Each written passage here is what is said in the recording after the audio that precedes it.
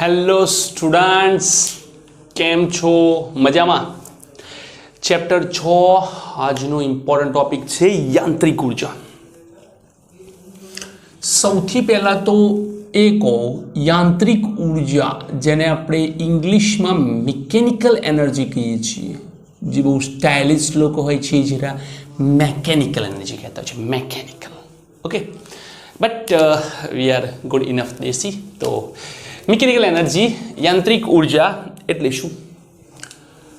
ગતિ ઉર્જા અને સ્થિતિ ઉર્જાના સરવાળાની યાંત્રિક ઉર્જા કહે છે. યાંત્રિક ઉર્જાનો બીજો એક શબ્દ છે કુલ ઉર્જા. ઓકે, કોઈ પણ પદાર્થની જે કુલ ઉર્જા છે, પદાર્થ એટલે યંત્ર, અને એની કુલ ઉર્જાને યાંત્રિક ઉર્જા પણ કહેવાય. તો કોઈ પણ પદાર્થની જે કુલ ઉર્જા છે તે ગતિ ઉર્જા અને સ્થિતિ ઉર્જાના સરવાળા તરીકે કેવી રીતે હોય? પહેલો તો આ સવાલ થાય. ઓકે, કોઈ પણ પદાર્થ પૃથ્વી પર રહેલ છે તો એમાં સ્થિતિ ઉર્જા છે ઓબ્વિયસ. કોકના મનમાં સવાલ આવ્યો છે, સર શૂન્યાવકાશમાં હોય તો સ્થિતિ ઉર્જાની થિયરી જોઈ લો, ત્યાં સ્પષ્ટ શબ્દોમાં લખેલું છે કે સ્થિતિ ઉર્જા શૂન્ય હોય શૂન્યાવકાશમાં. ઓકે, પૃથ્વી પર કોઈ પદાર્થ છે તો તે પદાર્થ સ્થિર અવસ્થામાં છે તો તેમાં સ્થિતિ ઉર્જા છે, અને ગતિમાં છે તો ડેફિનેટલી એની પાસે એટલી તો ગતિ નથી કે તે પૃથ્વીને છોડી શકે. ઇવન તે શૂન્યાવકાશમાં પણ નથી. એટલે એવું ક્યારેય ના કહેવાય કે પૃથ્વી પર રહેલો ગતિ કરતો પદાર્થ એ માત્ર ગતિ ઉર્જા ધરાવે. નેવર. પૃથ્વી પર સ્થિર રહેલો પદાર્થ માત્ર સ્થિતિ ઉર્જા ધરાવે, પરંતુ પૃથ્વી પર રહેલો ગતિ કરતો પદાર્થ ગતિ પ્લસ સ્થિતિ બંને ઉર્જા ધરાવે છે. ઓકે, તો જો યાંત્રિક ઉર્જા એટલે કે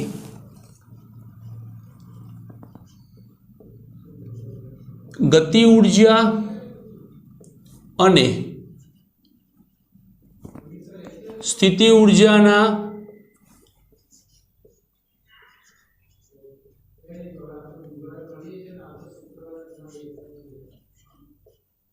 સરવાળાને કહે છે.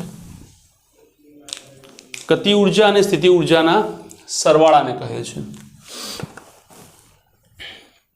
ધારો કે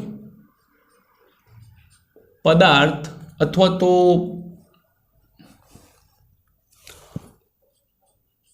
પૃથ્વી પર ગતિ કરતો પદાર્થ બે ઉર્જા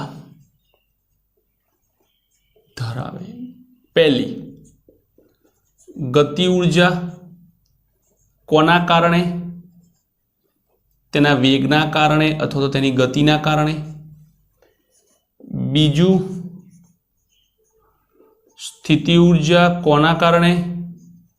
ગુરુત્વ ક્ષેત્રમાં રહેલ છે માટે ક્ષેત્રના કારણે. ઓકે, તો યાંત્રિક ઉર્જા E is equals to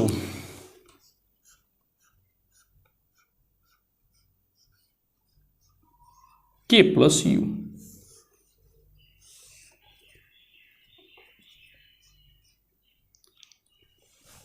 K plus U ગતિ ઉર્જા અને સ્થિતિ ઉર્જાના સરવાળાને. ઓકે, હવે કાર્ય ઉર્જા પ્રમેય પરથી આપણને એક છેલ્લું તારણ મળ્યું હતું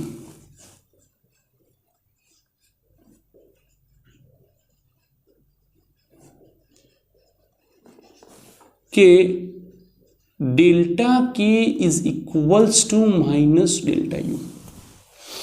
એટલે કે ગતિ ઉર્જા અને સ્થિતિ ઉર્જાનો ફેરફાર એક સરખો પરંતુ વિરુદ્ધમાં હોય. શું કહે છે? ગતિ ઉર્જા અને સ્થિતિ ઉર્જાનો ફેરફાર સમાન પણ વિરુદ્ધ હોય છે. વિરુદ્ધ એટલે શું? વિરુદ્ધ એટલે કે એકમાં ફેરફાર વધારો થાય તો એકમાં ફેરફાર ઘટાડો થાય. એકનું મૂલ્ય વધે છે તો બીજાનું મૂલ્ય ઘટે છે. આને કહેવાય છે વિરોધી ફેરફારો. આ બાજુ લઈ લો, delta K plus delta U equals to 0. Delta K plus U is equals to 0.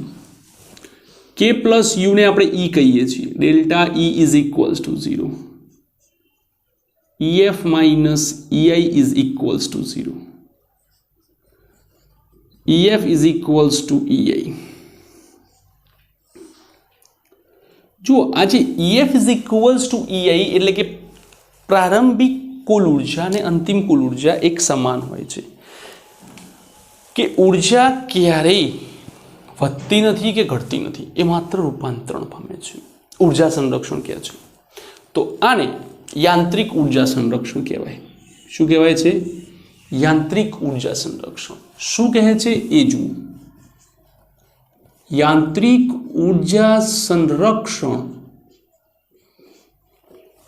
એવું કહે છે કે સંરક્ષી બળ વડે, સંરક્ષી ક્ષેત્રો અને સંરક્ષી બળ કે જે માત્ર સ્થાન પર આધાર રાખે, માર્ગ પર નહીં, તો સંરક્ષી બળ દ્વારા થતા કાર્યથી અથવા તો સંરક્ષી બળ હેઠળ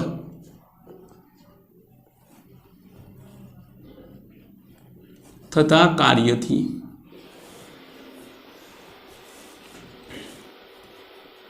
પદાર્થની કુલ એટલે કે યાંત્રિક ઉર્જા બદલાતી નથી. યાંત્રિક ઉર્જા બદલાતી નથી, તે અચળ રહે છે. સંરક્ષી બળ હેઠળ થતા કાર્યમાં પદાર્થની કુલ ઉર્જા અચળ રહે છે. EF is equals to EI. પણ યાદ રાખો, બળો સંરક્ષી હોવા જોઈએ. બળો સંરક્ષી નહીં હોય તો ઉર્જાનો ઘટાડો થશે. જેમ કે ઘર્ષણ બળને તમે ઇન્ટ્રોડ્યુસ કરશો, તમે કોઈ જગ્યાએ પદાર્થને ખસેડશો તો ઘર્ષણ બળના કારણે કેટલીક ઉર્જા જે છે તે ઉષ્મા ઉર્જામાં રૂપાંતરણ પામશે. ઓકે, એટલા માટે કહેવામાં આવે છે કે આ ત્યારે જ સત્ય છે જ્યારે બળો સંરક્ષી છે. બળો સંરક્ષી નથી તો પછી delta E does not equals to 0.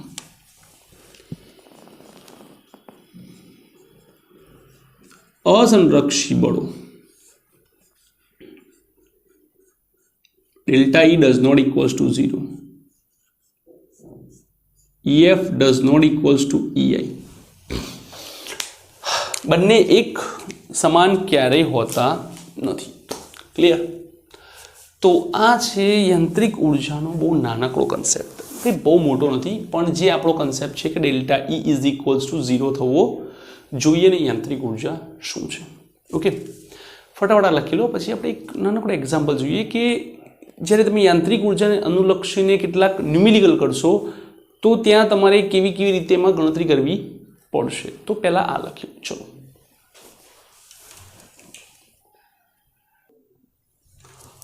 હવે ચલો, જેમ આપણે આગળ વાત કરી તે રીતે કે યાંત્રિક ઉર્જા બદલાતી નથી.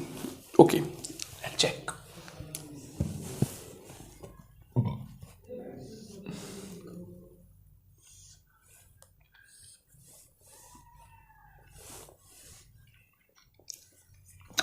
ધારો કે આ તળિયું છે, H બરાબર 0, સ્થિતિ ઉર્જા 0. અહીંયાથી પદાર્થનું મુક્ત પતન થાય છે 0, ગતિ ઉર્જા 0.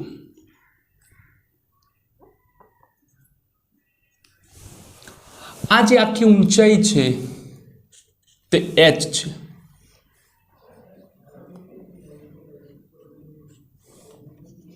ઓકે, આ જે ઊંચાઈ છે તે H છે. ઓકે, મહત્તમ ઊંચાઈ, મધ્યસ્થ અને ન્યૂનતમ પરિસ્થિતિ 1, સ્થાન 2, સ્થાન 3. તો સ્થાન 1 ની વાત કરીએ. સ્થાન 1 પાસે પ્રારંભિક વેગ 0 હોવાથી ગતિ ઉર્જા શૂન્ય થાય છે, પરંતુ સ્થિતિ ઊર્જા સૌથી વધારે હોય છે mgh. Okay,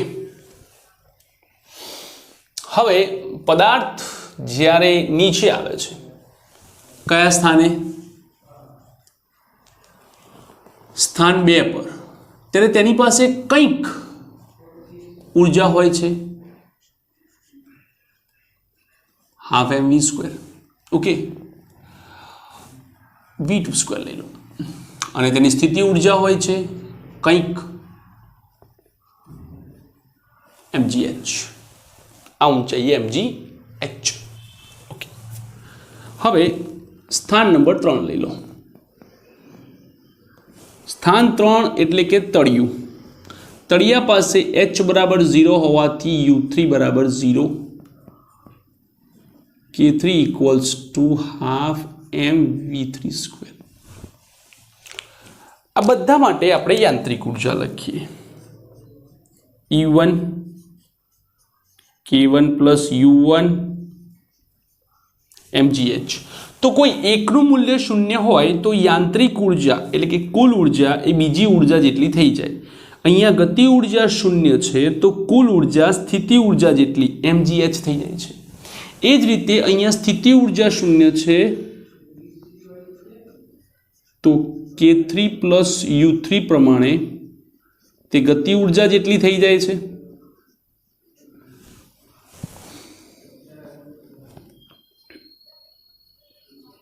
k2 plus u2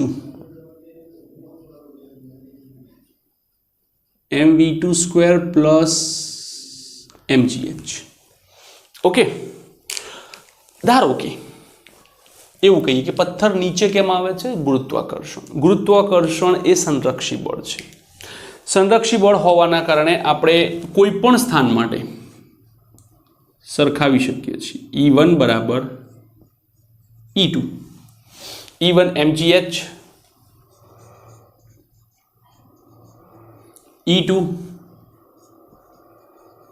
half mv²² plus mg small h. m cancel. gh is equals to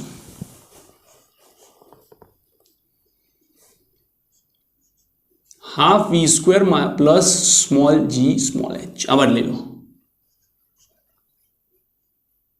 h minus h v²/2. બે સામે જવા દો 2g h minus h v 2g h minus h. Okay, કયો વેગ છે v2.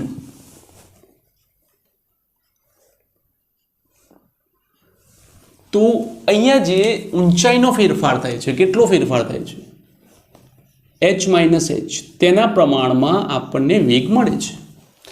એવી જ રીતે તમે E1 is equals to E3 સરખાવો. mgh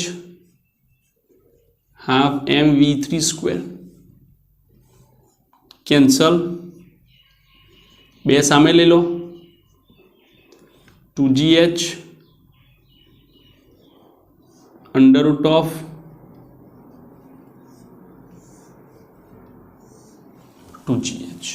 તો આ રીતે તમને વેગ મળે છે. તમે 1 3 સરખાયા, 1 2 સરખાવ્યા, એવી રીતે તમે 2 3 પણ સરખાવી શકો છો.